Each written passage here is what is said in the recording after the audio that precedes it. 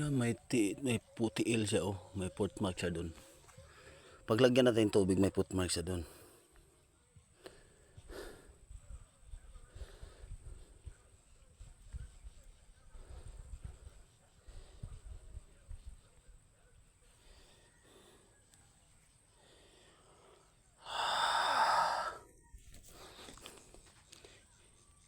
Yan ang sign sa ilalim ng lupa na nakita ko na parang paano to ginawa.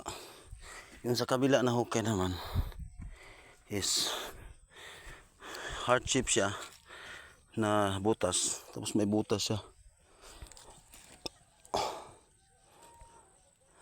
Yan.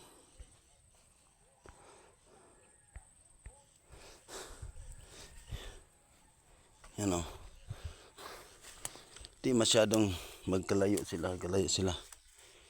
Yan dyan. Dyan. No. Ganin natin. Yan. Yan ang may heart shape mga bangag na may bangag din sa ilalim. Tapos yan ang mga sign. Yan o. Siguro yung gitna yan parang tulay is baka may butas na malalim dyan o daanan ng tunnel.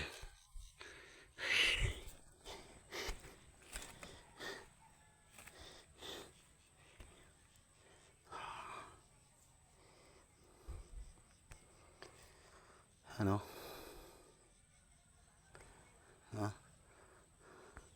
Footmark talaga. Nasa likuran ang hole.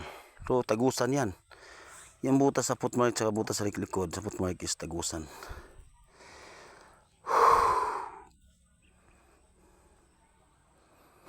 Yan mga tits. Yan parang footmark din yan.